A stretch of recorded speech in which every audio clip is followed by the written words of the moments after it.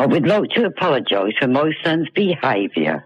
He is a filthy little who's been a most of his life and treats me like a So, Doris Stokes, right, is dressed like a dominatrix, right, and she's dripping hot wax onto the naked torso of Arthur Millard. Yeah, of course he is. Right, and he, in turn, is being pleasured, right, by Dusty Springfield.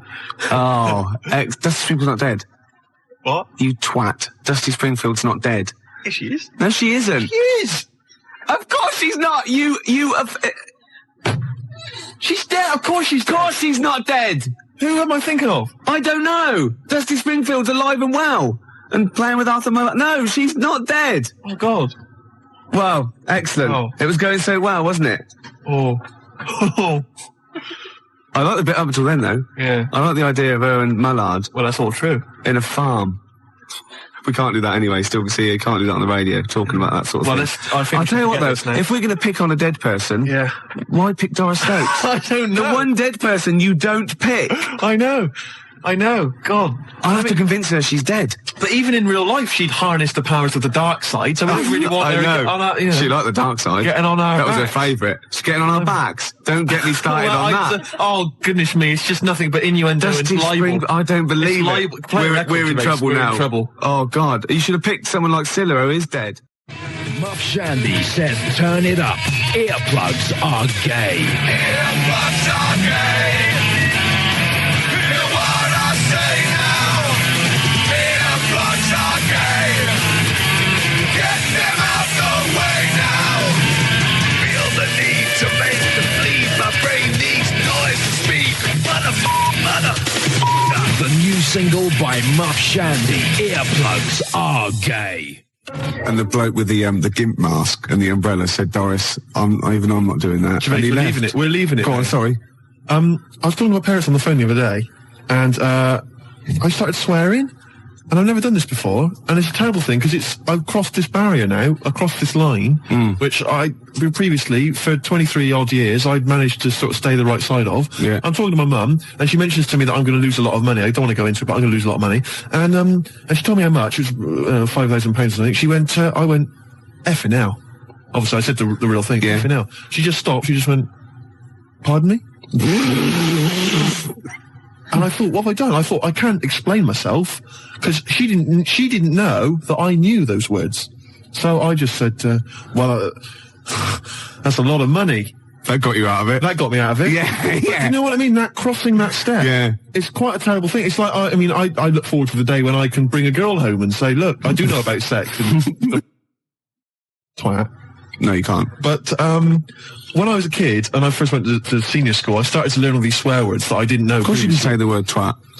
Right. You're not meant to. I started learning all these swear words, and I went home and I started using the word twat. I just thought it was a slightly stronger version of twit. Yeah, Just it's a bit tougher for some reason. Yeah. And so I used to go around saying that, and I'd go, my sister would say, stop ruining my Lego, and I'd go, you twat. Yeah. And, make your bed, Steve, no, you twat. I'd say to my mum, right? And I didn't realise what it meant. Right. And my dad, right, he didn't really know much about swear words, so he started using it as well. He started going, oh, you twat, Steve. And, do you want to clean the bath? No, you twat. And we just started using it all the time, right? Yeah. So then at school, Mark Johnson told me what it meant. Yeah. Right? Obviously, I'm stunned. I'm thinking, I can't go around calling my mum a twat. Yeah. So I didn't. I just stopped using it. Yeah. Like that, just stop using it. But I didn't have the guts to tell my dad what it meant. Oh, no. So he carries on using it, and to this day, we were driving along, he'll say, to my mum, Elaine, watch where you're going, you twat, you great big twat. And I just want to say to him, Dad, don't say that to my mum, because she knows what it means. Oh, no, but really? She's not going to say to him, Oh, God. Ron, would you stop saying that word? Because Yeah. Same thing happened to me. My dad still says fouch. Does he? Yeah. Oh, felching, talking of that, right, it's Doris Stokes. Yeah. She's got this huge... 4 sailors and a big bucket and like a weight. Well, that's it, Steve. Is it? It's the news now. Then we're out of here. Yeah? Yeah. Well, we've had a few laughs, a few tears. Yeah, I don't go on about it. XFM 104.9, Ricky Gervais. Gervais, I've just thought of a great game. All right. Emma, who helps us out here, she's just brought in a couple of beers for us. Yeah. All right. And I know you We're have going to drink them after the show because I do not drive the desk and drink. Absolutely. Yeah. Anyway, okay, don't pick it up. Don't pick it up. Okay, right. Because the thing is, there's a picture. All right. On the bottle, which I don't think you've seen it yet, have you? Right, and I guarantee if I turn this bottle round, you're going to start... Again, this is good radio, isn't it? You're going to start laughing when you see this picture. Right. Now, before I turn it round, right, hopefully you will laugh spontaneously. Yeah.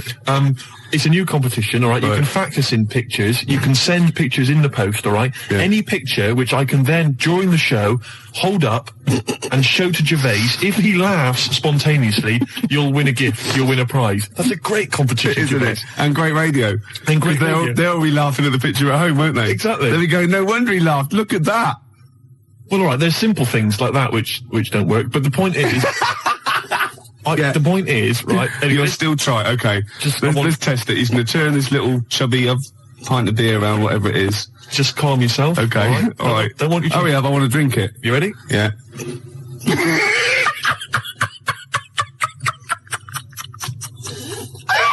All right, play a record, Gervais. Oh, God!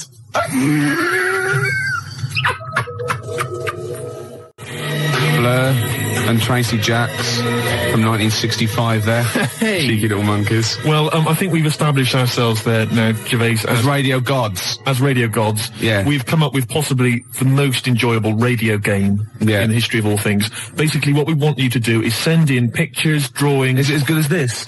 Gervais, put it away. We want drawings, pictures, photographs. Okay, and what I'm going to do is I'm going to show them to Gervais midway through the show. You'll never know when. They might just suddenly pop up, and we'll see if Gervais laughs hysterically. And if he does, you win a prize. I guarantee it. Yeah. It could be that you'll win a couple of pulp tickets if we've got them to give away. Yeah. It might be that you win a crate of beer, anything. Yeah. Whatever we've got to hand, you'll win it if you can make Gervais laugh simply by me showing him a picture. The address is XFM, 97 Charlotte Street, London W1P 1LB, alright? And you can fax us, of course, 0171 580 1234. I must warn them that I really have been desensitised now because I sit opposite you. Well, exactly. Do you know what I mean? Do you know how hideous and, like, ridiculous they've got to be to make me laugh? The pictures have got to be pretty odd. Yeah. The address, XFM, 97 Charlotte Street, London, W1P 1LB. Apart from bad lyrics as well, I like it when pop stars and marketing managers of record companies try and get clever with their, titles for albums and stuff. Remember Wet, Wet, Wet? Popped in, sold out. Nice. Oh, lovely. Beautiful. And you know, Tony Banks out of Genesis, he did his solo project, and what he had, right, was the album there, and he had Banks across the top, right, and using the S to start the next word coming down was statement. Clever. Banks statement. Oh, I was watching Tony Banks, is he not the sports minister? Oh, I don't know, he was in Genesis when he was younger though, wasn't he? I don't know. I think so. I don't know how it works. Well, because Phil Collins is Minister of Shite. Right. When I'm alone, right, and Jane's out, I sort of channel surf. I never watch a programme. Right. I sit down to it and I think 2 minutes. You shocked me.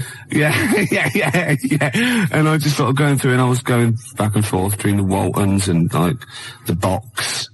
Right. Music Television, You Control. Yeah. MTV. VH1. Ooh. And I got a glimpse of Toya Wilcox, which I stopped, obviously. Yeah. And she's on one of these religious programmes. I think it was on BBC Two. I don't know what it was, but it was with that bloke. Oh, God. I can't tell this anecdote. I can't stand it if I don't know the name. It's sort of like a Jeremy Paxman type thing. You know, he went to university, he was going to be a serious journalist. He wanted to be KAD, but he settled for Les Dennis. Oh, one of those sort of people that was on That's Life. No, I'm not telling it until someone phones in. Toya Wilcox on a religious programme. What's that bloke's name? Then I'll tell it. 0171 580 2000. Gervais, have you ever watched an entire documentary all the way through? You don't know one, don't you? Beautiful. You don't look. Now, New Order's your favourite band of all time, isn't it? Yes, that's right.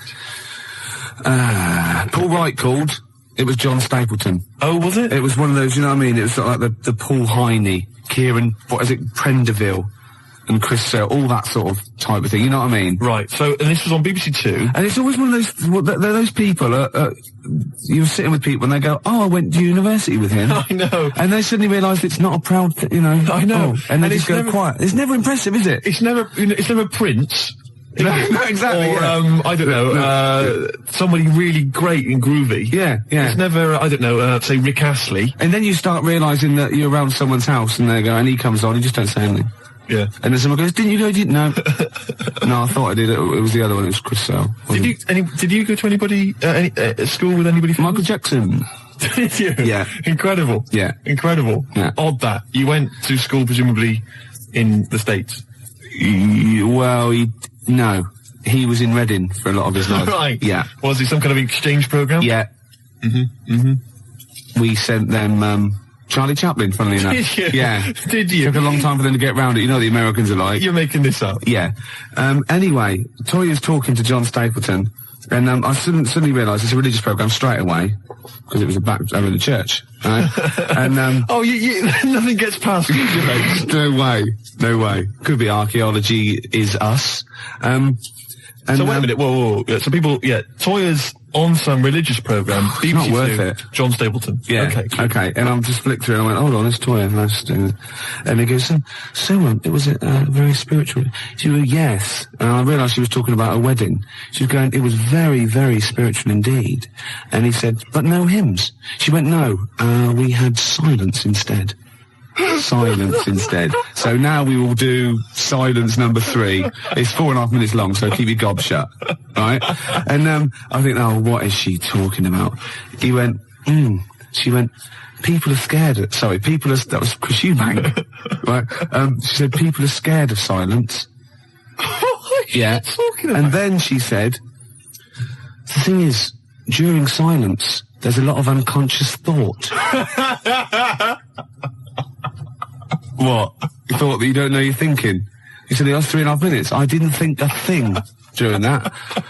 I better plug into my unconscious to find out what exactly I was standing up for 3 minutes. Going, who's the women in the hats? What are we doing here? What a load of pretentious twaddle that is. Well, I've never liked Toya. I've never liked her. Oh, she's alright. That's all the more reason to hate her. No, I don't hate her. All those people I just mentioned, they don't come close to Lenny Henry. I saw another bit of him doing his stand-up in America. Oh, God, it's so nauseating. He's got another series, apparently. Does anyone like Lenny Henry? Oh, well, obviously. It's a massive star. Does anyone listening to this show really like Lenny Henry? Yeah. Or, is there anyone that annoys me more than Lenny Henry? I should answer that one, shouldn't I? Yes. Do I win a prize? I think what you want to do there is you want to speak correctly. It's another simple thing, Gervais, which will help you out in your radio career. Oh no, I'm a swerve driver. That's 3 minutes 41. I've got to pick one. 7 minutes to the news. Gervais, whoa. Before you move on, can I just tell you, because we talked about celebrities and going to school with celebrities and things. Yeah. I have a very famous second cousin. Really? Yeah, I'm going to tell you who it is in a minute. Really? Yeah. And I've got the best joke in the world. Have you? I should have been trailing that. That'd have kept him on their tender hooks. Why are they sitting on tender hooks? So we've got... What are tender hooks? I think it's tenter hooks. I don't know what they are, but I don't think it's... What? Oh, okay. 0171. Who annoys me more than Lenny Henry? No one. You've won that one. So don't bother phoning him. But who annoys you, the listener, more than Lenny Henry? Yeah. Oh, that's a good one. Clever. Because then it's thrown it to them. Yeah, it's their opinion. Oh! Simple thing. Excellent. I noticed again, you didn't bother to give the whole phone number. What did I say? You actually just said 0171. It used to be, as I recall, 0171 580, which is about half of it, but no, just 0171 now. Oh, swerve driver. XFM 104.9, Ricky Gervais Show. Well, it's nearly over, but I have got a great joke, and we've got a simple rule here. That you only have to tell a joke on air if it's about going into a pub. That's right. Okay, you ready? Go on. Penguin goes into a pub, goes up to the bar, and says to the barman, have you seen my dad in here? And he goes, I don't know, what's he look like?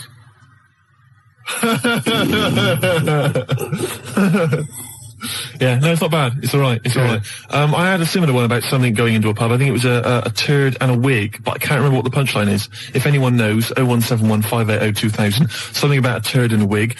Gervais, I've also obviously got my celebrity relation, which I'll tell you about in a minute. That's about it then? Yeah, we've enjoyed ourselves. Oh dear. Bald character, once drummer for Genesis, is more annoying. Who's lost this for? Smoked fish. Oh, what? What's this, Emma? That is what tenterhooks are. Oh, what are they? Oh, tenterhooks are what? It's what smoked fish are hung from. Excellent. And bald character, that is, he's more annoying than Lenny Henry. Henry. Okay. What's drummer for Jet? Well, that's Phil Collins. You can't say that. Of course you can. I can say Phil Collins is more. It's a matter of opinion, isn't it? Yeah, but he said that on the phone. He said, please don't say that, it's a bit mean. Phil Collins is a deeply boring man. Anybody can say that. I won't say who it is who said it then. Okay. We've got out of it, haven't we? Joe Pasquale is less funny. Ooh. Yeah, okay. Who's that? I mean, the point is that you can say that Phil Collins is a bold, boring man in the same way you can say Andy Peters is a raging... Gervais, Jilly thinks I'm adorable, apparently. Gervais, I don't think we've got time to really talk about this. Okay, what have we got to do next week? Oh, we can't say who your celebrity was, but I just thought we could phone in who you think it is. I mean, I've got a few ideas who your celebrity second cousin is. Your mum. Mr. Ed? No. Godzilla? No. The point is that this is a real celebrity, so, I mean, okay. Celebrity. So, I'm not making it up. It's not going to be as exciting as, whoa, it's Elvis or whatever. It's not that goofy, but it's still... they do share some of your genetic material? No, you wouldn't know it. Really? No, Normal? You will, yeah. Symmetrical? Really? A good-looking person. Blood reaching the surface? A good-looking person. Really? Yeah. Fantastic. They probably denied your existence, or they're obviously going to deny that they're related to you then, aren't they? Well, I'd say I tried to get some of their money. No. What else do we do? I'll send me some hideous pictures. Yeah, I'll just give the address again. XFM, 97 Charlotte Street, London, W1P. I've got to go to the pub. 4 o'clock again. Yeah. One computer's not working. Is it not? No, this all sounds funny. What's that one? Is that the one I listen to? Just press a few buttons. No, I put it on there. What have you got? Desktop. I don't know. I don't know what these do. Is your mic working? Sorry, I got a bit of a cold. Oh, God, I had a big list of things to talk about as well. Did you? Yeah. Oh. No. Rocking from the Crypt. Oh, it's a good start. On a rope, yeah. Which is appropriate because we've got a little Gravediggers track to play later, haven't we? Oh, yeah. Called Suicide. It's one of my favourite tracks, Gervais, by the Gravediggers, but it has got a bit of bad language. Well, that's okay because you've played it to me a couple of times and I reckon I've got it off pat. Really? I'm going to be bleeping it out live. You're going to do a live bleep Yeah. out? I should say, we usually have a few beers and we get throughout the show and I get steadily drunk, which is unprofessional. This saved a bit of time, turned up pissed. You turned up drunk today? Yeah, so that's I'll tell you what. I'll be honest with you, Gervais. Normally, if someone gets drunk, their speech begins to slur. Yeah. They talk rubbish. Yeah. No difference. No, with you. that's the beauty of it. Yeah. That's the beauty of being me. Yeah, exactly. How drunk are you? I had a little bit of wine. Did you? Couple of glasses? It's a lovely... I might get a little bit melancholy. What about the little baby kangaroos have to crawl all at their mums? I help them. Got a fax here for you, Steve, actually. Oh, lovely. Good news. It's from Becky. She's listening to us in bed. She's been a bit lazy. She's been on holiday. And she wants me to dedicate a song to... dedicate it to Skanky Steve, because he is an alien. And she's done a little picture of him, Slimy Steve. Isn't that lovely? And she wants me to play a Subterranean Homesick Alien by Radiohead. And that's sweet. So people do think of you. Lovely. And I got one from Laura, says to Steve, you still sound as stupid as ever, you asymmetrical, asexual, rabid, anemic, flea-ridden deformity. Oh, see, you have got people thinking of you. See? Yeah. I'd rather they didn't. Baby Bird, and if you'll be mine, then I'll be yours. And Baby Bird was actually in this week with Claire. Was lovely, he? Lovely man. Oh, Baby Bird was it at XFM? He's very nice. Is he? He's got a beak and funny little claws. Oh, Rick. I know, it made me laugh. It was oh, my God, we're desperate. Used to be an we're desperate men, Rick, if you've got to resort to that kind of I called him Baby Bird, he went, I've never been called that before. Which is bizarre. But there's a band called Baby Bird. He's called Stephen. Can you go to turn that down next door? All the time to a show. Music, it's Emma, it's not on. That's insane. I can hear a throb from the other room. Yeah. Someone's got... This is insane, Gervais. It's like trying to host a radio show. Yeah. And now he's laughing. Yeah. Oh, well, anyway, it's all going to be... we're going to play a track that you've brought in. That's right. Go on, what is it? It's a fantastic tune by the Gravediggers, part of the Wu-Tang Clan rap collective, right? It's from their album. Not to be confused with the Wu-Tang Clam. That's a little shellfish. Yeah. That's into rap. Yeah, it swears a lot. Yeah, terrible, yeah. The track is... Got a muscle posse. The track is beautiful. You've probably heard it on the dance floor, maybe in some indie club. Yeah. 1-800-SUICIDES. Yeah. Now, I would stress, Rick, it has got a bit of bad language. I know. I mean, I've listened to this twice, and I reckon I've got got it off pat, I reckon I'm going to pull the fader down to just the right places and go, okay? Right, you're going to sort of bleep it out. And if it goes wrong, so what? You know, that's real. People have a problem with swearing. I don't. Do you? No. I mean, I'm doing it because it's rules, and, you know, the great thing about we want to stay on air because, you know, we take our job seriously. We do. And, you know, I think we're sorry, excuse my French, bloody good DJs. Well, I think you're absolutely right, Rick. Yeah. Let me shake your hand. Yeah, all right, there we are. Yeah, a good shaking of a hand there. I love a bit of rap. That wasn't actually French. No. Was it? It's weird, that, isn't it? Pardon my French. People always say when they maybe say bollocks. Excuse my French, but le plume de ma tante. Hey, come on, language. We'll be learning a little bit of a foreign language later. I've brought in Instant Yiddish by Fred Kogos. I've always wanted to learn Yiddish. Really? Yeah. Narishnek, foolishness.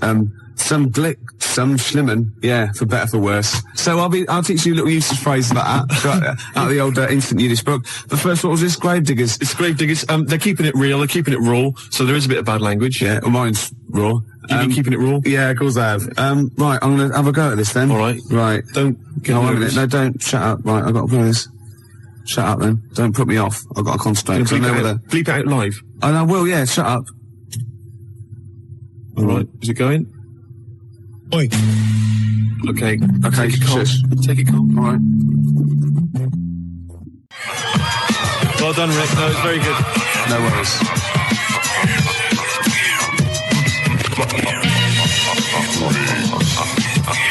That's Gravediggers, isn't it?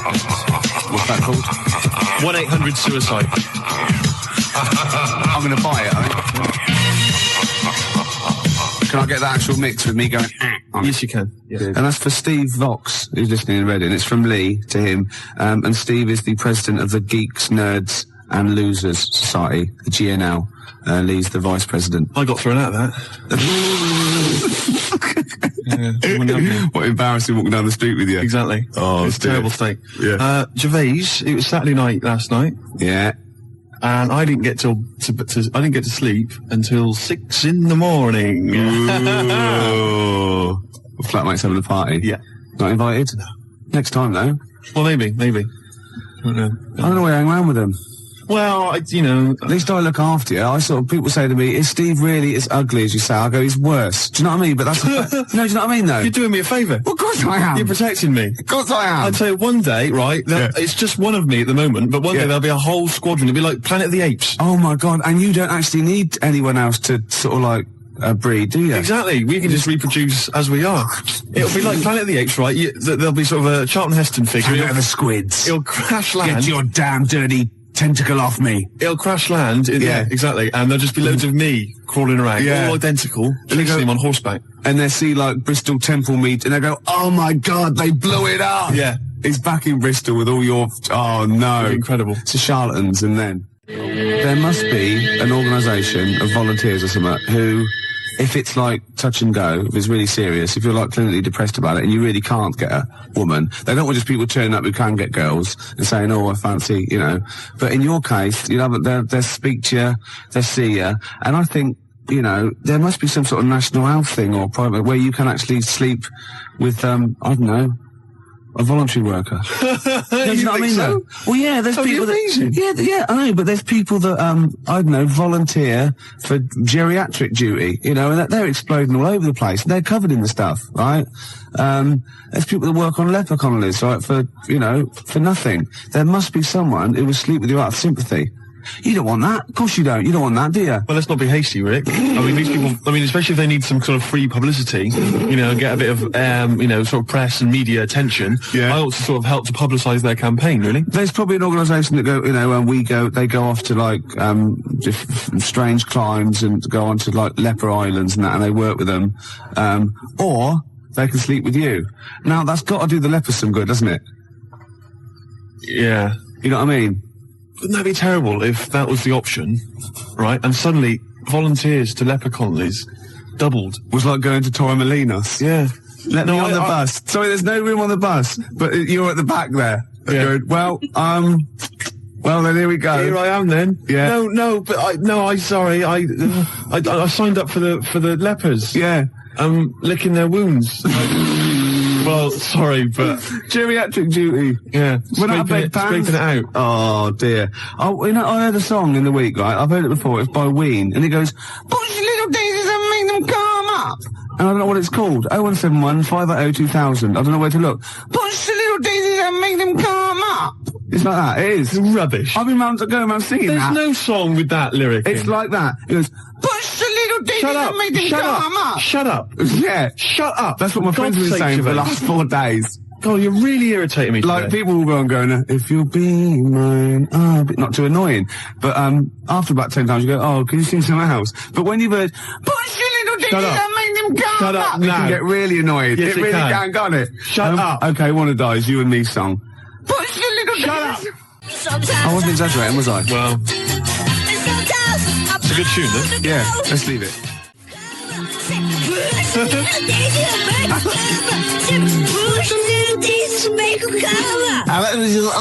It's great. That's just gonna gag.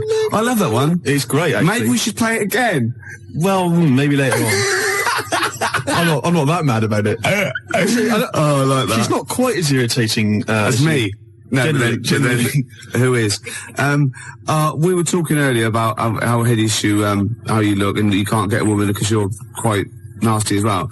And Emma, our producer here, who thought, look, this is not fair, you know, because Steve is quite affectionate. When you get to sort of know, you know, like E.T., when you first watch E.T., you go, ugh, and then by the end you think, oh, do you know what I mean? It sort of like gets that deeper. And she went, I remind you, Steve, what I said when I first met you, and this is like her best, you know, stab at a compliment to make you feel better. She said, I thought you're really not that ugly.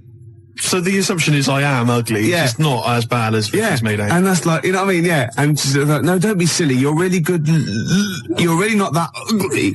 Yeah. It was a good effort though, wasn't it? Yeah. You know, that was nice, Emma. That was really nice. It was a Cheers, good mate. effort, but, it was shallow and futile. It doesn't mean anything. Look at his little face.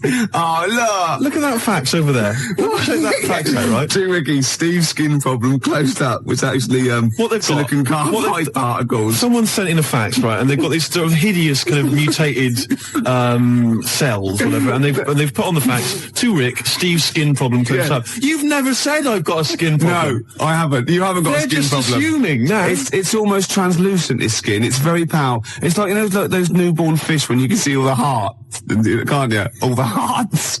Well, in many fish.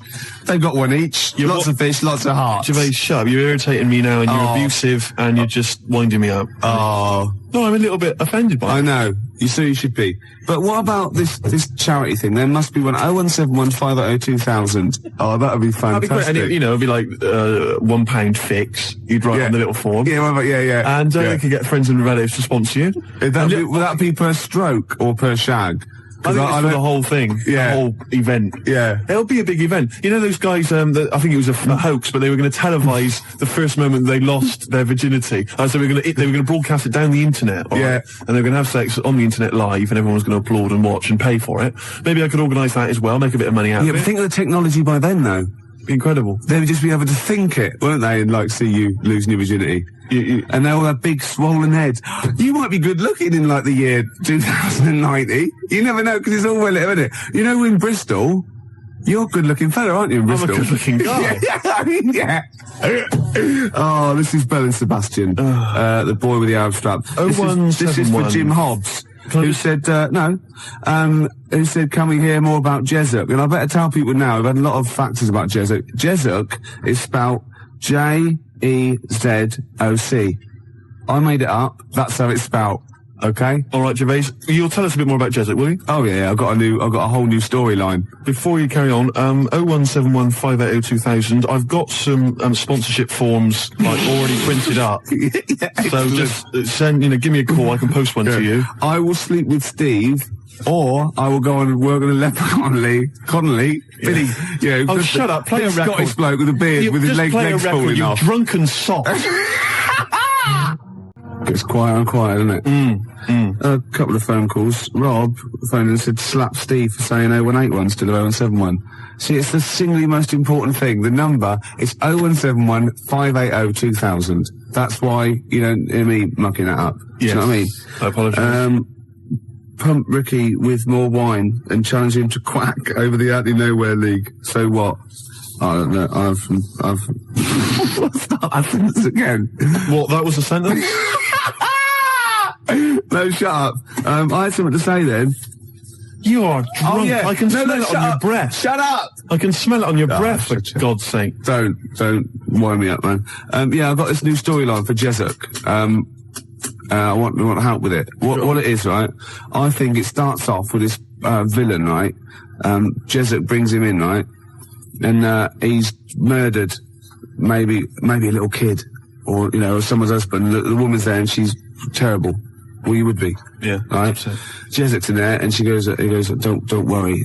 He's gonna, by the time he gets out, Steve will have a girlfriend, right? She goes, oh, right, it won't be my boy back, will it? No, but you can have one of mine.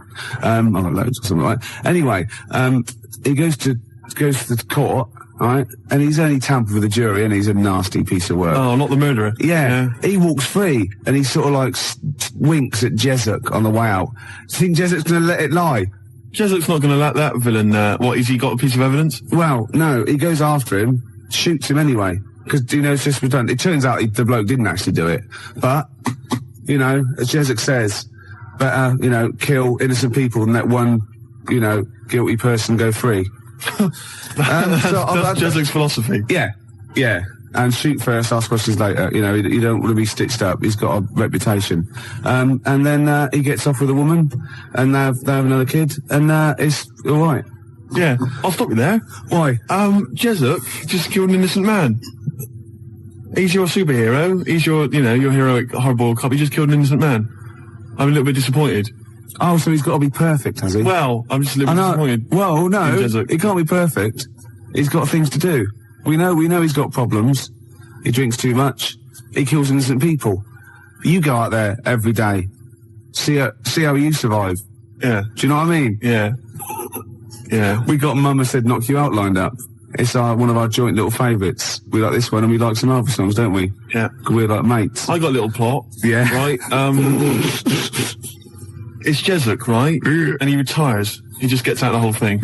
All right, that's for the final one. We've pulled a discreet veil over the whole Jezuk debacle. Right. All right, is that okay? Yeah. Rick, forget Jezuk. Right. Because I've got my own show. I'll be telling you about. Have you really? Yeah, it's fantastic. Am I in it? No, not really. Something to do with... Right, okay. It's a genuine one I've come up with. You know this song, right?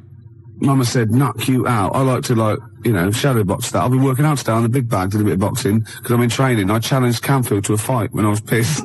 Thursday night, he was swaying. I challenged him to fight. I offered him £1,000 prize money. That was the purse. Whether he won or lost, he still said no. Well, he's a wuss. He's about 14 or something. Yeah, but he's about 6 foot. Yeah. Maybe he was scared of killing me.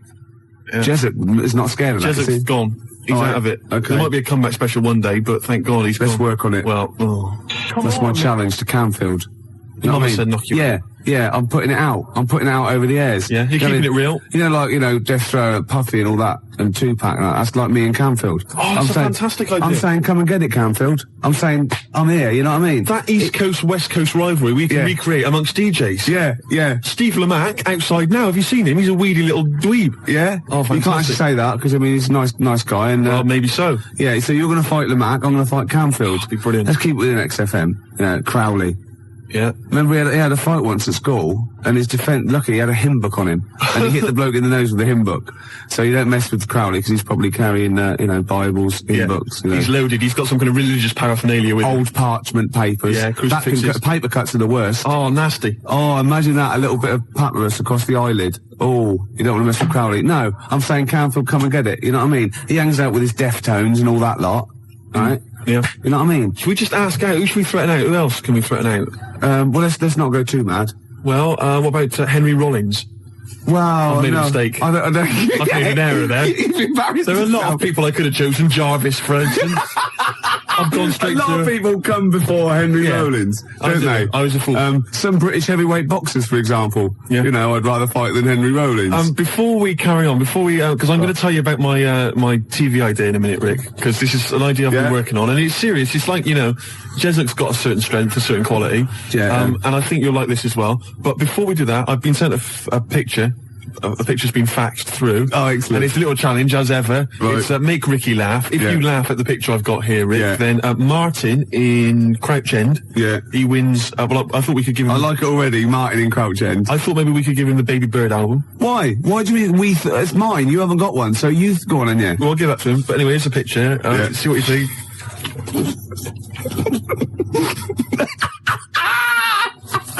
I like it, because there's a little explanation as well. And it's subtle, because I had to get right to the end for the big line. You're not allowed to see this. No. That is fantastic. So well done to Martin. I think he wins an award. Yeah, he does, yeah.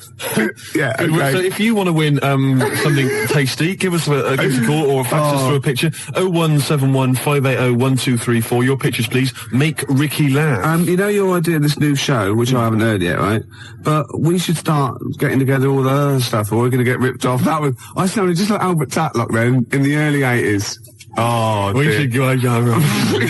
I love that fact that you sort of, maybe you've got a sentence, it's got 15 words in. You reckon, well, if I get out an average of 5 coherent words to every 15 that I need to say in a sentence, that'll be enough. God, right. Jam or ISIS? Either one, both rubbish. Oh no, come on. They're both good big bands, aren't they? Alright, Gervais, next let's talk about my TV idea. Okay, let's do All Around the World, because it's probably going to be big all around the world, isn't it? Before that, the Jam, All Around the World. Got a fax here from my mate Nick. He's listening. Say hello to him. Say hello to Nick. Hello. Yeah. And apparently he's found a great website about Joey Deacon, so we'll check that one out a little bit. About Joey Deacon? Yeah. Oh, Joey. Yeah.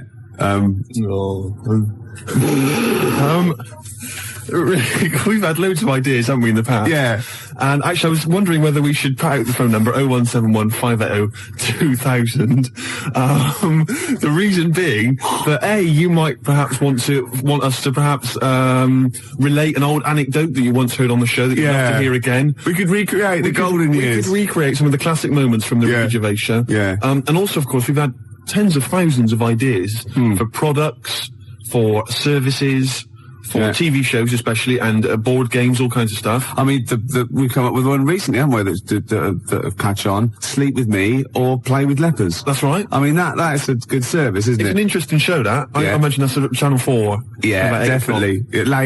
Later, really. Yeah, and we've also, of course, most famously, perhaps, had the Penis Puppet Theatre. Penis Puppet Theatre. So easy to manufacture. I don't know why publishers aren't, knocking on my door. Yeah. A lot of other people are knocking on my door. Ricky Gervais Meat Rations. Oh. Should be fun recreating. Get in the queue, Mum. It's Ricky Gervais's Meat Rations. Yeah. All kinds of great games. To be perfectly unfranked. Who's Snork? Who's Stork? Yeah. Great games. And if you've not ever heard us describing these, well, you've missed out. Yeah. You learnt your mistake. The tease penguin's probably my greatest invention. The tease penguin, can you tell us again? I forget. Well, it's just a penguin, right? You train, you put it in a lovely little French maid outfit, and it comes in, with, sort of breathes fishy breath on you, and slaps you around the face with its flipper. Yeah. Oh. Jezuk, obviously. But it doesn't let you go any further. No. That's what it's the tease penguin. Yeah, I see. Yeah.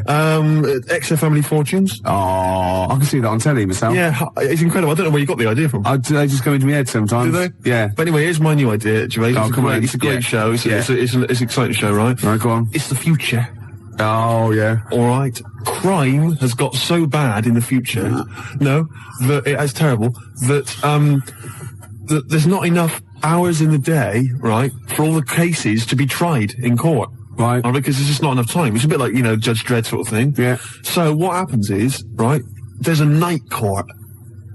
Okay? And it comes into session at 12 o'clock. Yeah. All right? And there's lots of lawyers and stuff, and they really deal with the dredge. I'm talking about the dredge, the crimes which you think are open and shut, Rick. Yeah. All right, the sort of stuff that Jezuk would just sort out, with a bullet. Yeah. You know what I mean? Yeah. We're talking rapists and murderers and stuff. Yeah. But or people who just piss him off. Exactly. But Ronnie Midnight. Ronnie Midnight. He's the hard-boiled lawyer, right? That's sort of the main figure at Night Court. And he gets dealt all these rough cases, right? And he thinks it's open and shut. Everyone thinks, that person, he should be electrocuted or whatever. Yeah. But no. Ronnie sees something in them. He investigates the crime during the day. So he's only got like 12 hours to sort it out. And then he presents the case at Night Court. Right, at night, and maybe often, it's like Perry Mason meets, so he wastes taxpayers' money investigating people that might be innocent. Yeah, Jessup just kills them. Well, maybe so. But Yeah. that's why Ronnie Midnight's much more loved. But it would be great. And it would start off with like, dung, dung, dung, all rise, for night court. Yeah. Be fantastic. I like that. Maybe sort of set in the future. Am I in that? Well, not really. But, and you know, who knows, Jessup maybe could get, you know, he could make a guest appearance. What do you think? I like it. Night court. I like it. I Quite don't. good, isn't it? Yeah. What's the problem? This rubbish about all this taxpayers' money investigating whether they're actually, you know. They're innocent. You're more of a Jessup kind of guy. Yeah. Just shoot first. Don't even ask questions. If his time's like, you know, of the essence, why ask questions? You've done, you know, what's the point? Yeah. He just like opening up old wounds, which is another favourite pastime of Jessup sometimes. And also a great He idea. loves opening up old wounds. A great idea for maybe a board game or a TV show. Old wounds. Fantastic. Oh, I'm going to work on this. Oh, and I've got tip the balance. I haven't even described that. Tip the balance. After embrace. Can you tell us? Emma goes out with a bloke in this. Yeah. What's the tip the long-haired type. What's the tip the balance? Well, Jessup wouldn't tolerate that. What's tip the balance? It's a board game for 4 rugby players or more. I'm looking forward to it. Yeah, or the infirm, or people who've just got no dignity left, and we can get them on screen doing that. This is my weakness is none of ... Obviously ran out of. I was reading News of the World on my way here, and I didn't know this. You know, Tony Blair. Yeah. Is the Prime Minister. Oh, yeah, you know, yeah. Tony Blair. His father-in-law, which is Sherry's dad, is that bloke out after Death Us Do Part. What, Alf Garnett? No, his son. Oh, blimey. Something about he's a. I don't know. I should get this right really because it could be libelous, but it's something to do with some sort of doll cheat or something like that. What? Yeah, apparently. Cherry Blair's dad's a doll cheat? Yeah, something like that. Really? Or he's claiming some sort of benefit fraud. I don't know. But he was always the same when he was living with his dad, Alf. He was married to Una Stubbs, wasn't he? I mean, Sherry Blair's mum is Una No, Stubbs. I'll stop you there, Rick. I'll stop you there. It's so incestuous, isn't It's fiction. I've tried to explain this to you before, haven't I? The stuff on the TV, Yeah. a lot of it is real. Some of it's fake. They're not really those people. Understand? EastEnders, for instance, that's not real. That's not real people. Yeah, well, obviously reverse, because obviously that is real, because I've seen them in real life.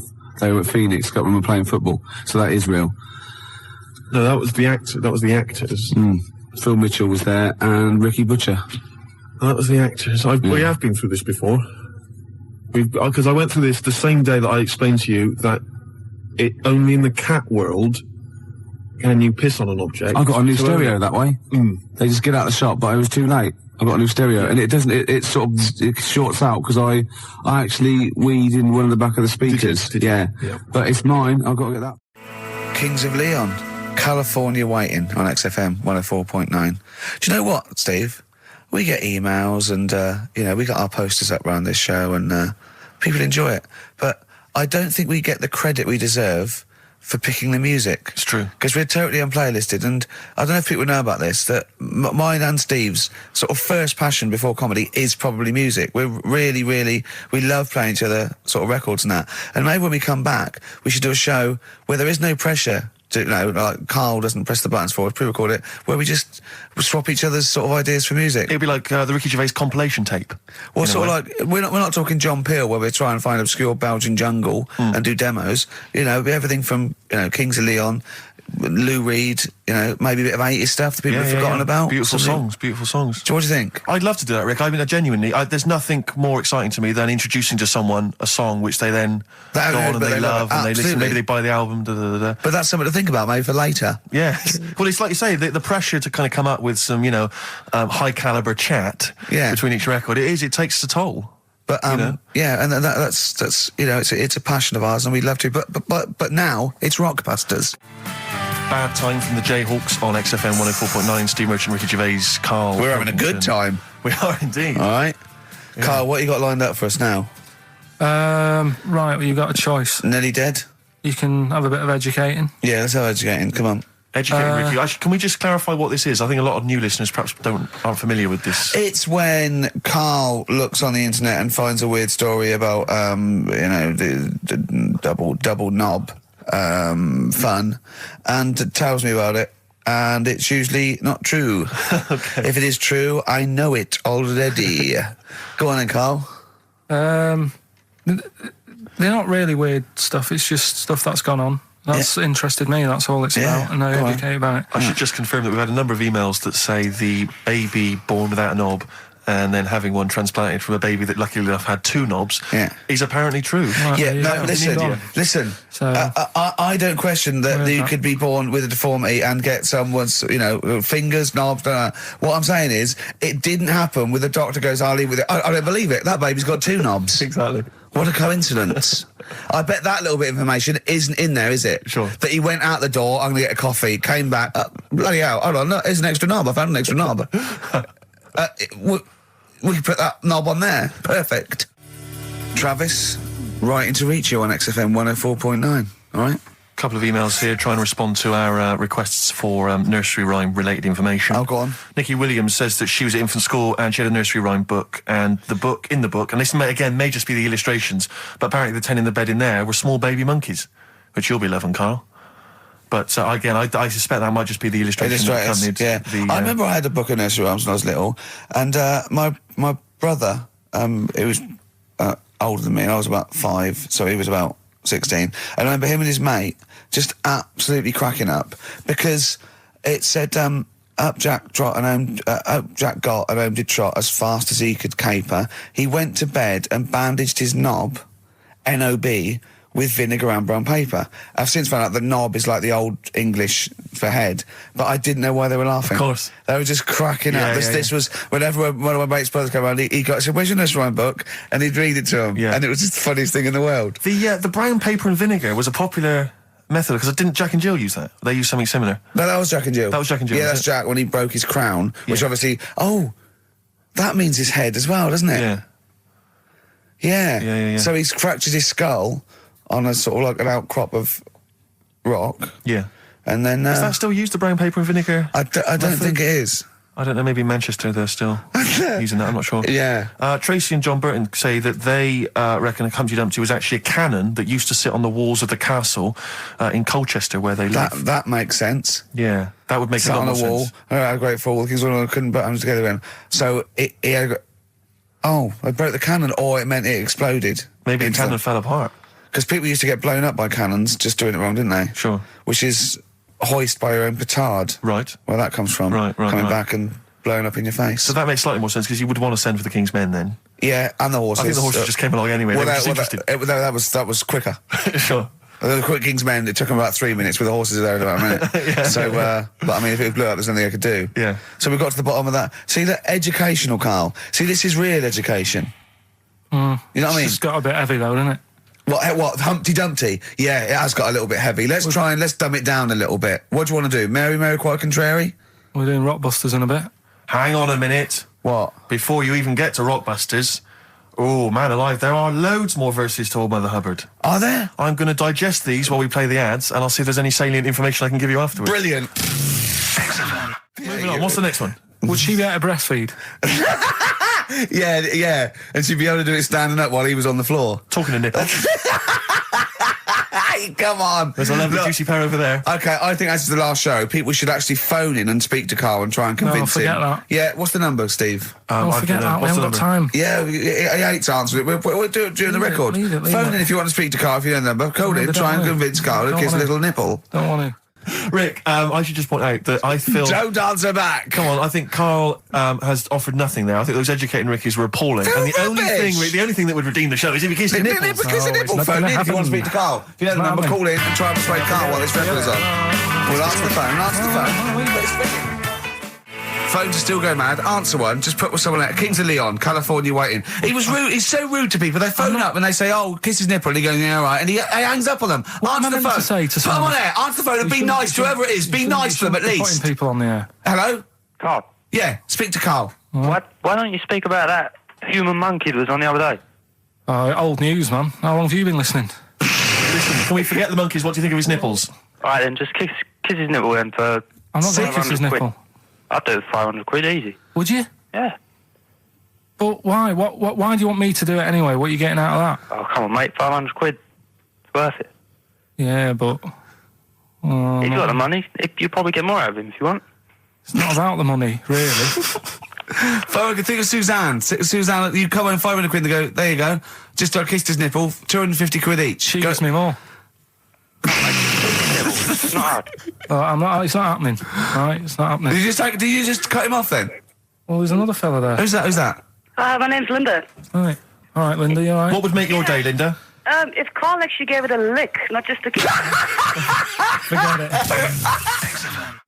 Go on. I think what else has gone on? Well, while you're thinking, Carl, I should just tell you now, you threw that question out earlier, why are ginger people historically mocked? We've had a couple of responses on the text, 83XFM. Again, as ever with XFM listeners, don't believe what they say, don't trust what they say. But one of them... Have we got any respect for anyone in the world? I'll get back to you.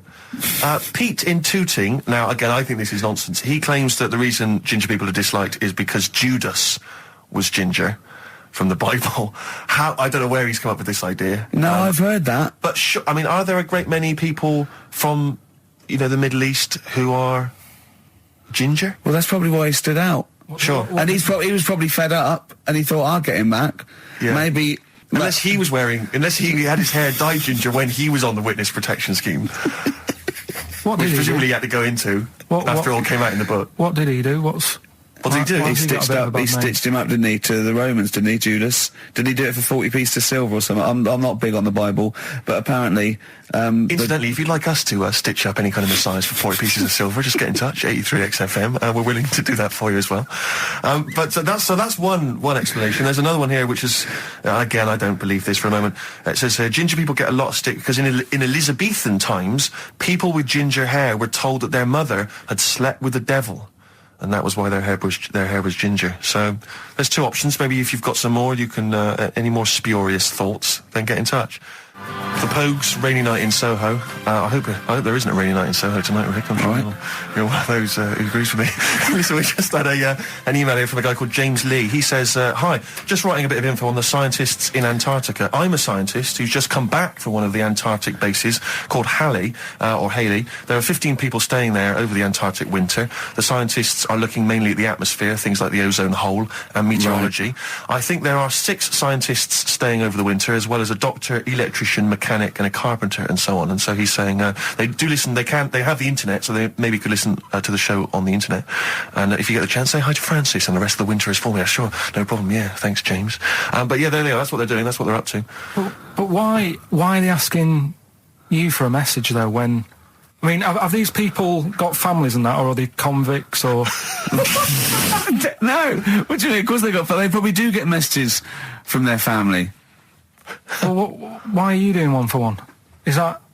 I mean, do you know, like, you see it in, like, Porridge and stuff like that, where if someone's in prison and no one visits them, yeah, and they sort of look a bit fed up and that, is this message that you're doing for like, people who don't get a letter in the post from... Brilliant. So they put this on the shelf until someone doesn't get one. All right, Hargreaves? Yes, sir, I didn't get a message today, sir. You have got a message, Hargreaves. I've what, sir? Hargreaves, you have got a message. Really, sir? From Ricky Gervais. Really, sir? And then they give it... Don't talk, please. There are scientists listening. Try to keep the talking shit down to a minimum today. Well, what's annoying me is, right, they're saying this stuck over there for months, but it seems to me like they're wasting a lot of time. Right? Why? Well, you're saying they probably watch DVDs. They're saying they've got internet access. Yeah. Yeah? Well, I'm wrong. Listening to messages, get the job done and go home. Well, that's so. Well, then we don't have to tell them anything then, because they listen to the internet. If they've got the internet, then yeah, it's a waste of time. Good point. Play a record. Well, hang on. Before that, here's a good point. You've had a long time to research what's been going on in the world. We just had an email here from Nicholas who says, "Why haven't you told them about the recent pig Olympics that just went on in China?" You've missed that one, Carl. Once again. Who won?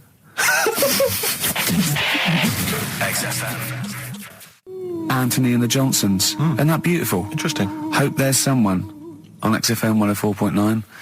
I'm Ricky Gervais with me, Steve Merchant, and Karl Pilkington. Well, Karl, more revelation. We were talking about it last week, but Karl brought it up again just now. Didn't want to go to the doctors, didn't want to have a full sort of body checkup that may save his life, because he saw on the website they do a test where they have to insert a finger in his arse. Oh, don't tell me about it. Why?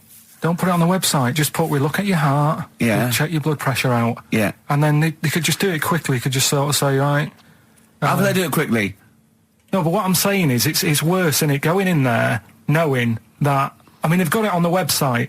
So you're on the journey on the bus thinking, in about 20 minutes, I'm going to have a finger up my arm. But they're doctors.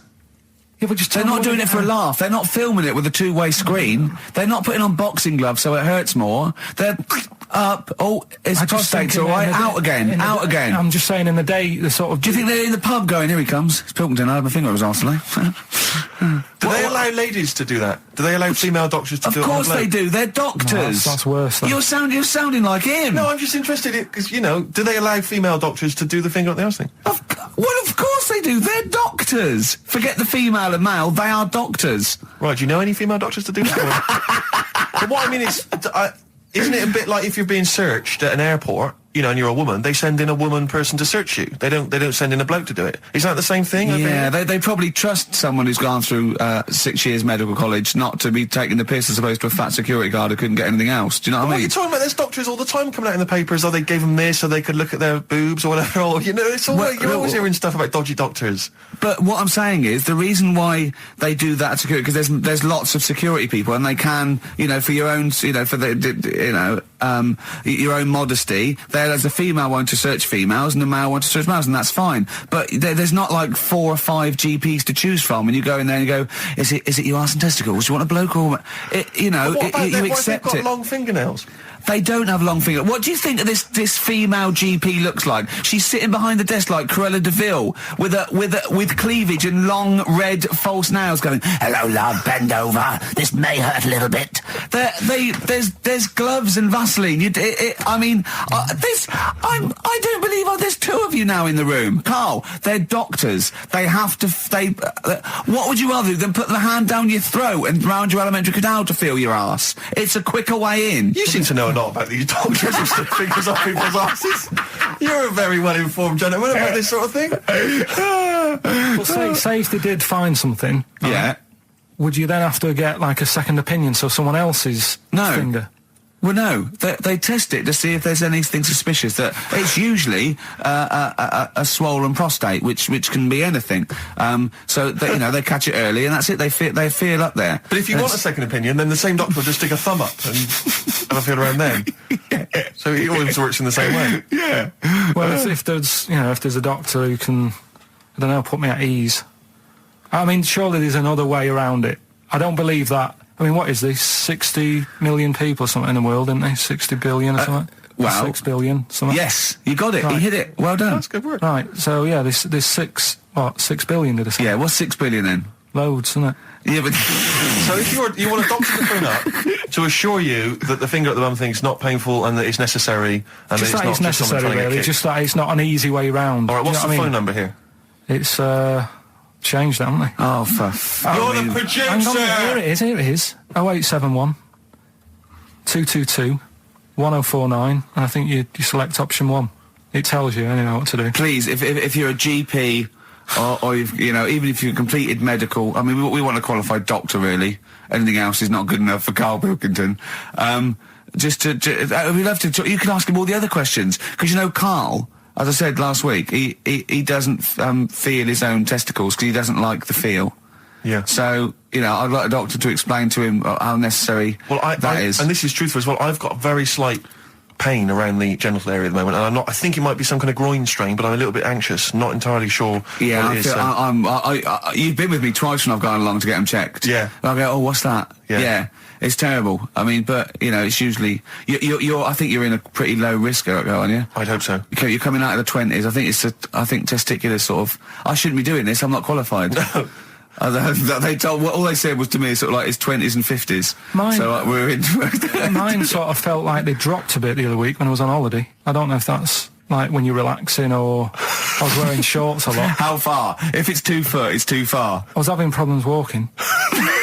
What do you mean? Why? No, it was just a bit, I had shorts on all day, I'm happy and walking about on the beach and what have you. And then at the night, when I put some long trousers on, I was sort of walking like a rickets. They probably like stretch a little bit. Sometimes, I told you when I was about 18, I was scared. I went to the doctor. I felt a pain, right? And because I was doing biology, I thought I'd show off this doctor. I said, I've got a pain. I think it feels like it starts in the epididymis and goes up through the urethra via the. And he went, finger up the arse. He said, your jeans are too tight. They're squashing your balls. So we want a doctor like that. So what's the phone number again? It's 0871 222 1049. A qualified What doctor. do you mean your balls dropped, though? We've got to come back to this. I don't know, they just felt like... it's not too bad at the moment. I was alright on the way in, but it was I feel twinges all the time, but you never know whether it's just because they're... No, but they felt like they weren't my own. Do you know what I mean? They sort of felt a bit like these are... There wasn't a bloke standing really close to you, was there? You didn't get them mixed up, did you, on the way back? On the flight back? Someone else has got... Well, take a leaf out of nudist books. They just walk around, they've got nothing on it. About nudists. Why? Well, let's play this ad break and that. And have you had another encounter? If we've got time, I'll tell you about it. Have you really? Oh.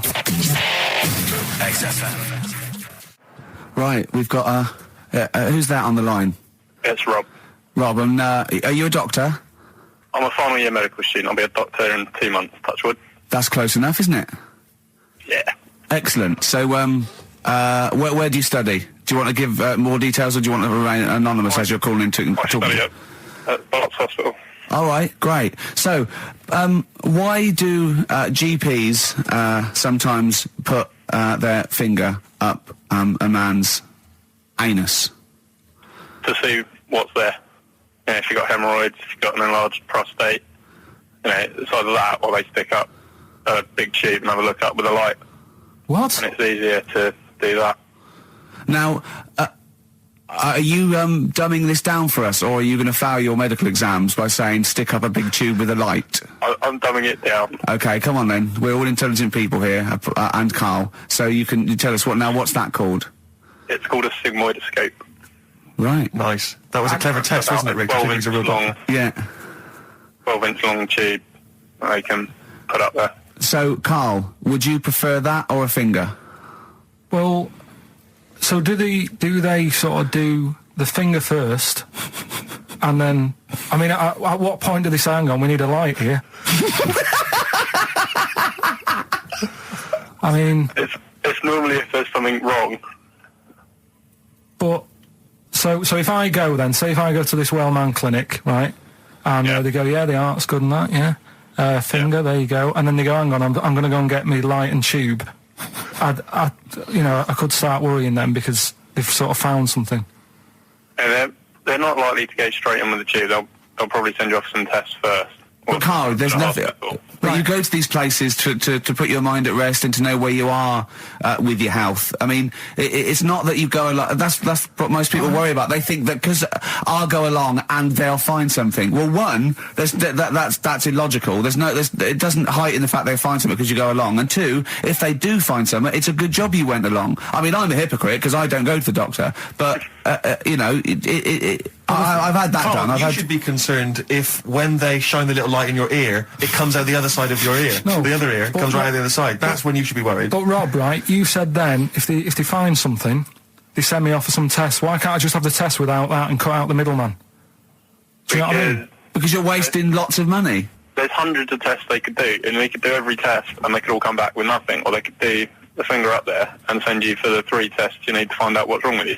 But in this day and age, with all the technology and that, and like brainy doctors and all that, the only way to find out is sticking a finger up there. What are you worried about, Carl? Is it fundamentally that this doctor who's has done 6 years medical training, is it embarrassing to have a man's finger up your ass? I just don't understand how you can get round to that without... But what don't you like? Is it fundamentally you don't like anything up your ass, or is it the fact that it's a man's finger up there? I don't like going to the doctors. It makes me nervous, because I think if anyone searches you long enough, they're going to find a fault with you, right? And especially if they're going that far into you. They're going to find something. And probably not. Well, you never... I just don't... I don't know how to get round to that sort of... that point where you get a... What do you talk to the doctor about? And he's like, all right, nice day. Strap your trousers. He goes, he says, I'm gonna just, Most people just shut up and let you do it, and then breathe a sigh of relief when you say there's nothing there. Yeah. But is that at the end of the test, or is that the first thing he does? It's the last thing. So that trousers up out the door. Because he knows it ends conversation. He knows it's a bit of a faux pas. The doctor says, "Oh, I better not kick off with the finger up the arse." Well, what I do is I'll start on with the the head, and then we'll then go, "Oh, one final thing, Mr. Pilkington." So Rob, he drops his keys and he goes, "Pick them up." And as you bend over, will you be doing this, Rob? Is this what you're like open to do? You do all these. I'll have to do it at some point. All doctors do it at some point, no matter what they specialise in. So the first one, is the another doctor there to sort of make sure you're doing it right? Not dentists. No, but do you know? Aren't doctors anyway. But do you know what I mean? Like, normally it's like a co-pilot will have someone with them for the first one. So when you put your first finger in, will someone be there going, right, you just want to move to the left of it? I've already done it. Have you? Yeah. So that's the thing with a student, you're learning. So you get people teaching and you learn on these things. Can I just point out, Rob, I think I'm right in assuming that you have a glove on. Yep. And there's lubrication. Yep. And it doesn't hurt. No. There you go. What are you worried about, Carl? Who's this person who everyone's testing on in your class? It's not one person. It's not one person. There's like, when a patient comes in and they've got a problem, your boss, the consultant, he does his finger up, and if he finds something, he goes to the patient, is it alright if the student has a feel as well? Then the student puts on a glove, puts the bleed on the glove, and sticks his finger up and sees what he comes out with. Rob, I wish you could see Carl's face. I mean, his face when you said, and he says, can this fella have a go as well? He looked horrified. That he thought it was a free-for-all, like there's a queue of people trying on gloves and going, let's have a go. That looks good up there. What have you found? No, I mean, how come you had to sort of... Is it not something you could test on yourself rather than waiting for other people to come in? Because then, you know... It's an awkward position to get to, really, isn't it? Well, but you can have a good rummage then without feeling too awkward, but to sort of have a go on your first patient when you don't really know what you're looking for anyway, do you know what I mean? Never really thought about it. Because you don't... If you've never done it before... You pop your finger in there, and you've got to sort of look. You've got to have an expression on your face, like you know what you're finding. Well, they can't see what you look. They can't see your face. There. You got the big boss consultant man going, now move your finger there, and you'll probably feel this. But he's just done it. He knows what's there. Well, what? Oh, so he's already had a go. He's had a feel, and he's going right. If you feel to the right, that's the conglomeracy or whatever. The congomblery, yeah. Its congomblery is in perfect working order. Well, that's... I'm still... Thank you, Rob. I'm sorry you had to go through this. Carl is probably the worst patient you'll ever encounter in your medical career. Good luck with your finals, and thanks very much. And do you know any female doctors who do this? Or? Thank you. XFM 104.9. Thank you. U2, City of Blinding Lights. I'm going to see them next week at Twickenham. Yeah, well, enjoy that. Looking forward to it. Yeah. Thanks again for letting me know about your... old Nobbo and Edge and all that. Now listen, you just got an email there saying, can you turn up your microphone, Steve? Apparently my voice is a little bit quiet. Carl has to do one thing, make sure we're heard. That's all he has to do. Well, I can hear it. Sounds fine to me. Well, not to the listeners, and that's who we're trying to please. Well, it's one person, said he can't hear. Yes, but we've only got one listener. So if he's not happy, we're buggered. You're allowed to say buggered? Not twice, certainly. Once could have been a mistake. Yeah. Twice, pointing it out is definitely, complaint material. Neil Young from the album Zuma, and that's Pardon My Heart on XFM 104.9. Ricky Gervais, Steve Merchant, Karl Pilkington. We just had a text here that says, and I don't know what truth there is in this, as ever, but John says there is apparently a nude bike ride today in Hyde Park. Now, I can't believe that's the case, because I don't think it's allowed, is it? You can't ride around with your veg jack, can you? I don't know. Why would you want to? Well, good point. On a bike. On a bike, I love the fact that that's what disgusts him. Do you know what? If we did appeal for a nudist to call in, I'd want a very specific sort. I want a German nudist, a middle-aged man called Helmut. Okay. If there is any, or the closest one to it. So I want a middle-aged man from Germany. If your name is Helmut, you're in. But I'll accept hands. Carl would be good, wouldn't it? All right. Yeah. I think I'm wondering if the age might. Maybe we could we broaden that a just bit? a German nudist bloke. Right. Can he at least be fat? Can I find a fat German fella? If your name's Helmut, we're going to give you a big prize. Yeah. But any fat German fella who likes to get his sausage out. Sure. Okay? It's sauerkraut. Yeah. What's the phone number?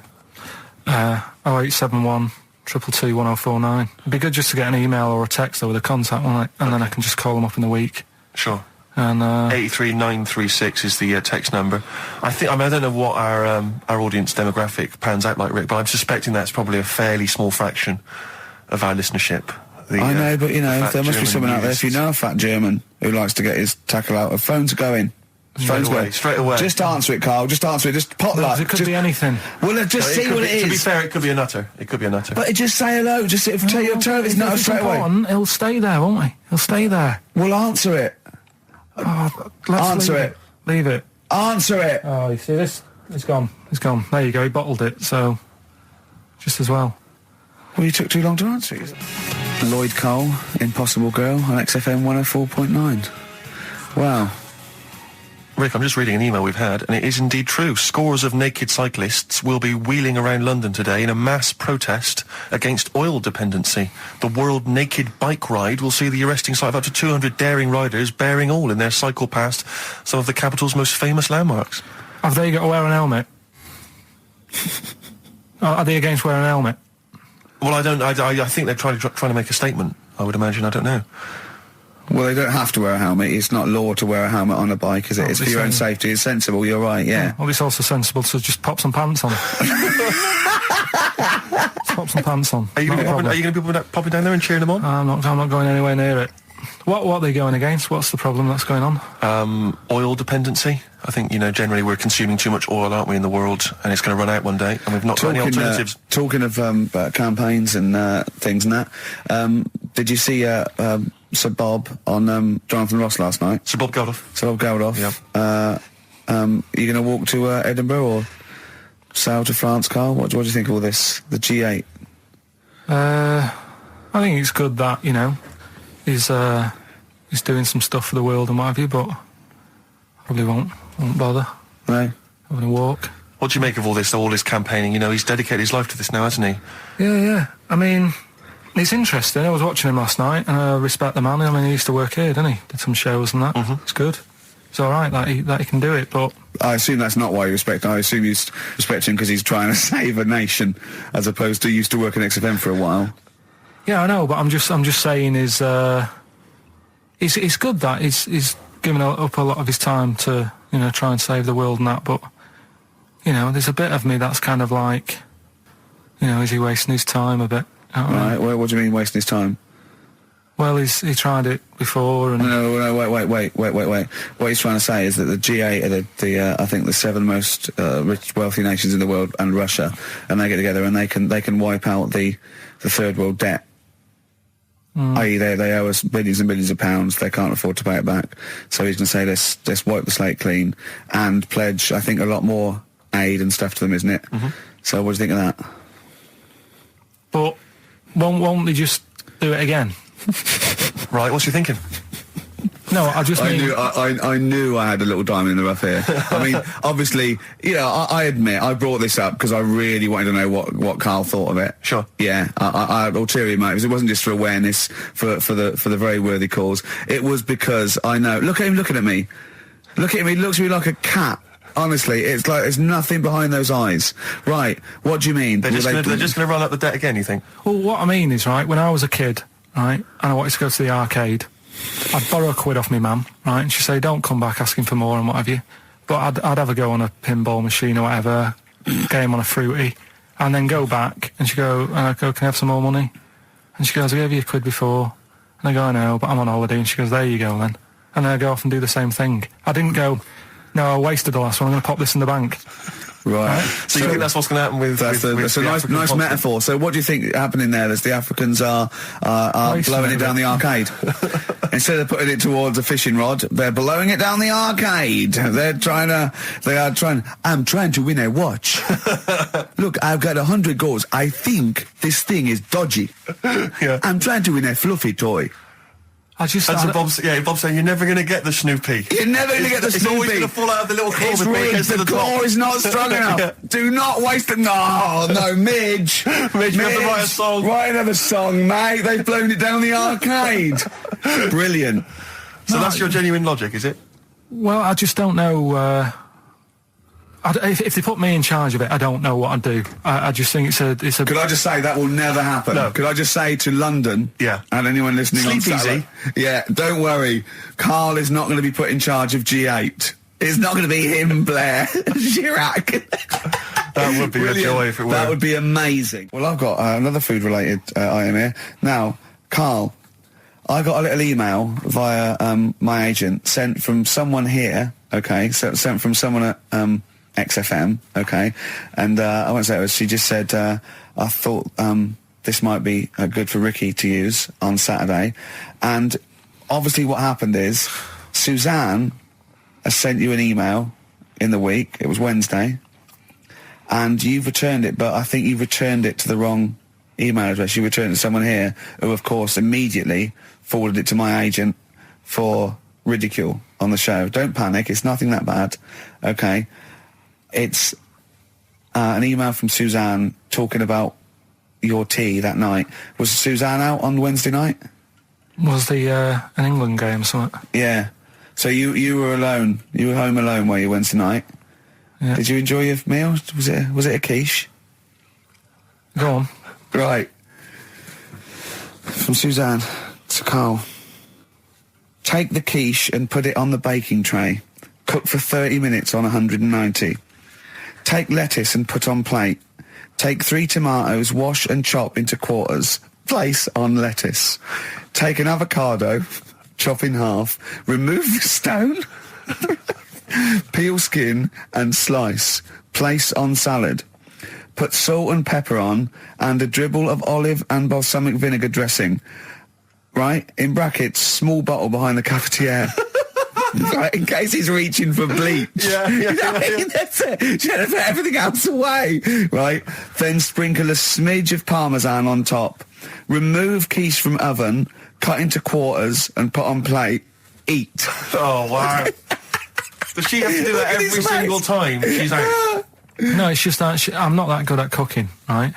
And to be honest, that was a lot of hard work. I didn't bother warming it up. And I did without the avocado. Why? Too much messing about. He didn't even do that with instructions. It was too much. But yeah, I'm not that good at cooking. And Did you that's not cooking though, is it, Karl? That's heating up a slicing. quiche. That's cooking it is making the quiche. Yeah, but I'm just. Could you have figured that out if she hadn't left that note for you? Why did she have to tell you what the olive oil and balsamic vinegar was? Because I've put sort of cooking oil on my food once, and I said, oh, it's a bit.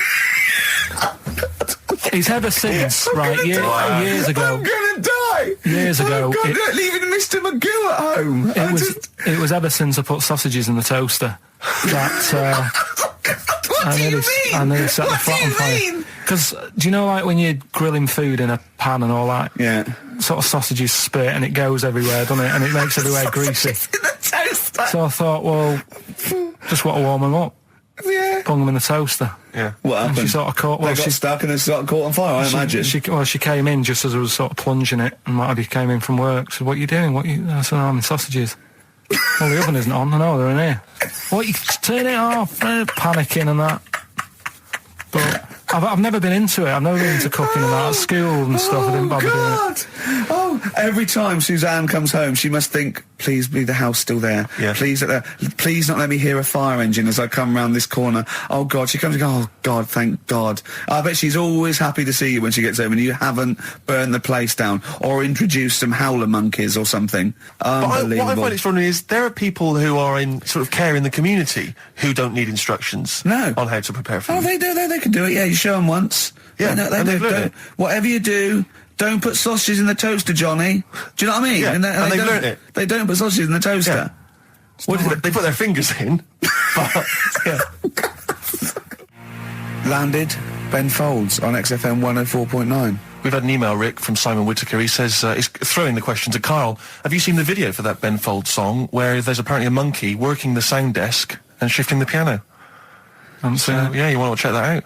Talking of monkeys working the sound desk, we've also had a lot of emails directed at you. Yeah, a lot of emails directed to you, Karl, asking if you saw this programme that was on in the week I think I didn't see it. I think it's called I know the the question is. strangest village in Britain. Yeah. Did he watch it? He called me 6 times during it. Of course, Called me 6 times. Now, just explain briefly what this was, because I didn't see it. Well, it was a sort of an experiment. I think I can work out from the sort of 70s. And it was sort of run by, from what I can make out, mainly sort of German Christians. Right. And what it was people with various disabilities or mental illnesses, Down syndrome, autism, bewildered, and they were living normally in the community. And there was 300 people in the village. Half had some sort of problem, mental problem or disability, and the other half were sort of carers. And I mean, it was very, very strange. And where is this village? It's somewhere in this. It's up near Yorkshire. Whitby, innit? Yorkshire, Right. yeah. Okay. But he called me. He called me at various points. We were watching that. It started off. He went, "Geez, if that's the beginning, what have they got coming up?" Then there was 2 fellas, and the phone rang, and it went, "What is going on?" And it was 2 blokes who had created their own language. Okay. And they were going, "What and you go, "What and it was an interesting program. I love documentaries like that. But what made it twice as good was that I knew that Karl was getting confused. Yeah. There was one bloke that went round interviewing people, and he'd just have a string of questions, and he'd go, "Have you ever had curly hair? What's your favourite animal? Have you ever seen a badger?" All right. And Karl was getting stressed. It was stressing me out. Because he was trying to think of the answers quickly enough. Because he was sort of saying, do you like mosaics and that? And I was like, "Oh, do I?" And the next question was coming in. It was like Mallet's mallet. Do you know that sort of that word association thing? I was stressing me out. But he said he wanted to go there. He actually said, "Could I go for a holiday there?" And I went, "Well, I doubt that. I don't know. Maybe you could go on a visit." That would be great, wouldn't it? For Karl to walk in there. But the thing about it would be like Karl would be the ruler. He'd be the king. It would be that in the kingdom of the blind, the one-eyed man is king. I mean, he would just dominate. I don't know. There were some of them were quite clever. Really? Yeah, I don't think he'd. I think he'd probably be average. I don't think he'd. Okay, he'd just blend in. No, I don't think he'd shine. Because a lot of them were quite good at some things, weren't they? He didn't like the angry bloke who punched him. There was this really sort of sweet Down syndrome woman called Nan, and she hadn't hung her coat up, and this angry bloke was going, "If you don't hang your coat up, I will." And he punched her, didn't he? Yeah. And poor Nan got it in the neck from everyone. There was another woman bullying her, wasn't he? Yeah. But you like the little the little Down syndrome fellow with the woolly hat who was helping that woman. If I went there, he's the one who had sort of hunt down, so come on, let's go for a pint or something. Sure. But incidentally, do you like mosaics? We didn't establish that. He's still thinking about it.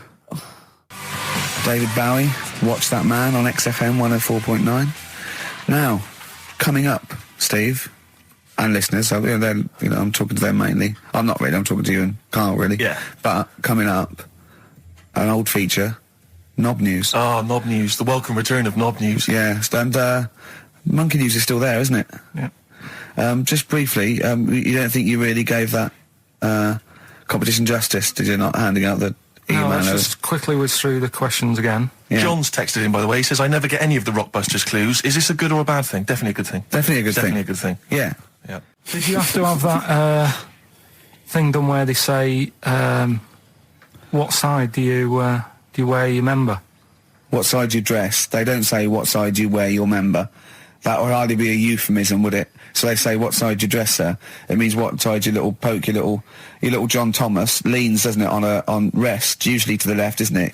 Your little left testicles. If I said to you now, what side do you wear it on? Do you know? It would be left. It would be the left. That's what I mean. If standing there, right, with nothing restricting it or holding it in or holding it up, right, it sort of leans. Your one ball is sort of like slightly back and lower, isn't it? And your little John Thomas rests there, so it's left. And the reason they ask it is so they don't put the tape measure up on the left and squash your willy or touch your willy. So it's nothing to do with like, well, you'll need a bit more room of sort of more material on that side, or. Well, no, I don't think they compensate. It's just when they put when they stick that up into your groin, they don't want to come in contact with your little. The thing is, I don't know what side I wear stuff on. I just sort of pull my pants up and wherever it wants to go that day. But maybe it's not big enough to sort of make any, real decision. But, like now, I'm sat here, right, with my jeans on. I don't know where I am. Well, that's clear from hearing you talk. No, but what I mean is, if a fella said to me, what side are you, what side do you member on? Member? What is this the use of the word member suddenly? I'd go... Well, it's usually not appropriate, and also, I imagine in the old days they had big baggy pants that used to sort of like hang down, and now, you know, like with those stretchy boxers and briefs, it's sort of held up in a nice little, neat little parcel, isn't it? So it's probably not appropriate. It doesn't come in contact with your little snake. So, you know... Did you ever... have you ever heard that? Are you telling me a tailor has asked you that and you went, what do you mean, mate? No, I've never... I've not really had one made to measure. I had one made when I was a kid, but since then I've sort of bought a suit off the hook. But when you were saying about buying a suit, I know that question sort of crops up and I don't know what the answer is. It just annoys me the way I don't know, there's no surprises anymore. Do you know what I mean? People know. What do you mean? He's going to go, right, I'm going to measure you now. Which side shall I measure? Go, well, pot luck, go on, have a look. Right, there you go. Oh, you got it. You checked me out. What do you mean there's no surprises anymore? What are you talking about?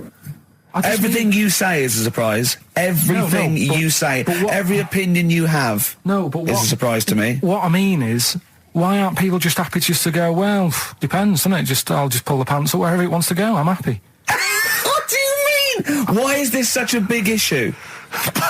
But Carl, when they ask you this question, they're not making a note of it somewhere. It's not statistical research to find out what the kind of common leaning is. It's a question so he doesn't touch it when he's using his tape measure. Just be careful.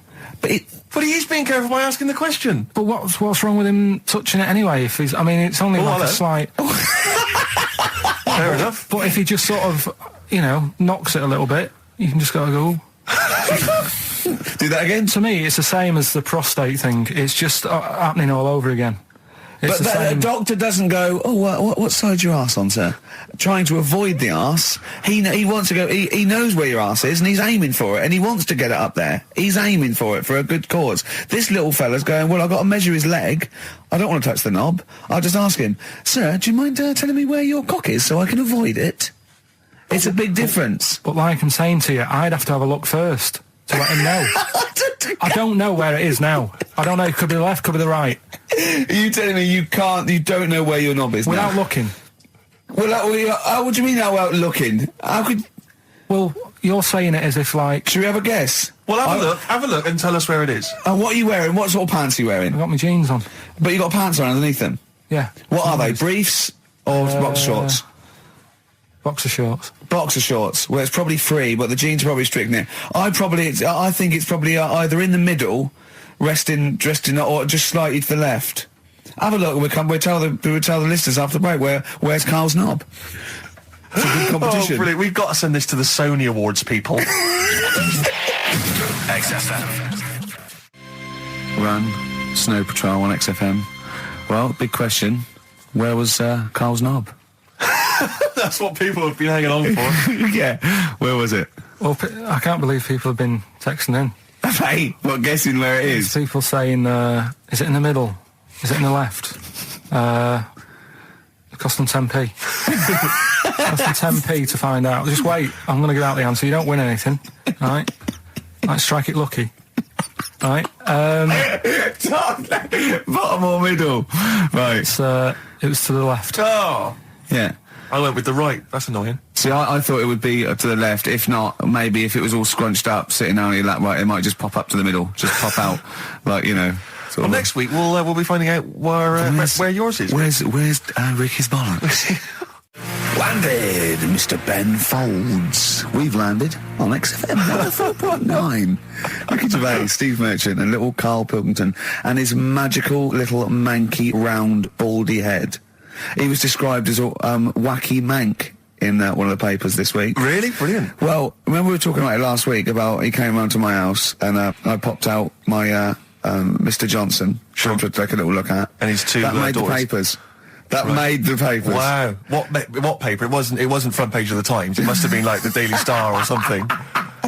Just squeeze Live 8 on the second page. Yeah, so Wacky Mank. Wacky Mank, that's Wacky great. Mank. Wacky Mank. We had an email from someone that reckons they remember you from body popping round Salford Way. Yeah, Eccles Precinct, apparently. You know that, I wasn't doing it round there, though. What do you mean? I was round Stretford. Straight for Darndale. And what were you doing? What sort of body popping was it? Just a bit of everything. Caterpillar. Bit of moonwalking. Do you have a little piece of line there you used to carry around? Well, mates had that. Right, you didn't bother with that. Borrowed theirs. Were you any good? But you weren't breakdancing, well, you weren't spinning on your head and stuff, you were more body popping. Well, I hope he wasn't spinning on his head, because you know that can sort of give you little brain damage and things. Well, it can give you brain damage. Also, it can wear your head down, and also it makes your head perfectly round. Yeah. Because the gravity is pulling on. But if you keep on doing it, obviously it's going to wear your hair out, yeah. So you become sort of like a... stupid, bald, and roundy-headed. Yeah, yeah. So I very much doubt that you did do any of that. Did you, Carl? Didn't do any of that. Embrace and Gravity on XFM 104.9. We've had a couple of texts. People obviously can text in 83XFM. That's the text number for the big quiz that's coming up shortly. Rockbusters, still your opportunity to win some of those cracking prizes. Enter your name in the draw if you can unravel the, I don't know what you call them, conundrums that Carl set. Sort of. We've had a couple of texts. Obviously, we're leaving early today. This is a shortened show and our last show of this run. But we've got to leave early. We've got to go down and try and make poverty history. But Rob's texted and he says, only an hour and a half today. Well, poverty does have some benefits then. He's a fan. He understands the show. Who was that little fella that used to write in who hated the show? I forget his name. I haven't heard from him for a while actually. I don't know what happened. No. Maybe he realised that if he hated the show so much, the obvious thing to do was to switch off. Maybe that finally dawned That's on him. annoying. What's his name? Someone will remind us of his name. I like people who hate us to carry on listening. Yeah. It just gives it an edge, doesn't it? Yeah. It's the fact that, that you're annoying someone. I mean, I love annoying people. I know you do. I know. So you're like a kind of walking Chinese water torch. Yeah, exactly. Yeah. Well, how's it going with Rockbusters? Anyone got the answers? Actually, one guy has texted in, James in Deptford, he's offered some answers, and he says here, the guy that hated us, famously, of course, we should have remembered, Dickie Anderson. Dickie Anderson? Richard Anderson, of course. I don't know if Dickie's still listening. If he is, obviously email in ricky.gervais@xfm.co.uk and tell us what you've been doing, how you've been keeping busy and stuff. Yeah. Nice to hear from him. Chris Campling hasn't called, has he, either? Yeah, Campling. The one that thinks that not only is this whole show scripted, imagine that, right? But that Carl is a character created by us. Yeah. He's actually an actor. Oh, if only we Look could at take credit that. for A that. shaved monkey we got. Put the message in the box, put the message in the car, drive the car around the world, and I'm imagining that message is make poverty history. That's World Party, put the message in the box. Yeah. Can I just say quickly while I think of it, we get a lot of emails from people, a lot of texts saying, can you send a big shout out, stuff like that. I've just looked at one now, Scott and Julie in Australia listening, they want a big shout out, big shout to them. But there's so many people that do it, and I'm obviously... just want to say, sorry we never get to your emails. We're very, very lazy. We never really get to look through them. But we obviously do appreciate you emailing in, texting in, stuff like that. And also, can I send a big shout out to my grandparents, who I believe might be listening on their new digital radio? They're pretty high tech. Very nice country. Yeah. Are they the merchants of Bristol? Merchants, yeah. Props to them. Props to them, yeah.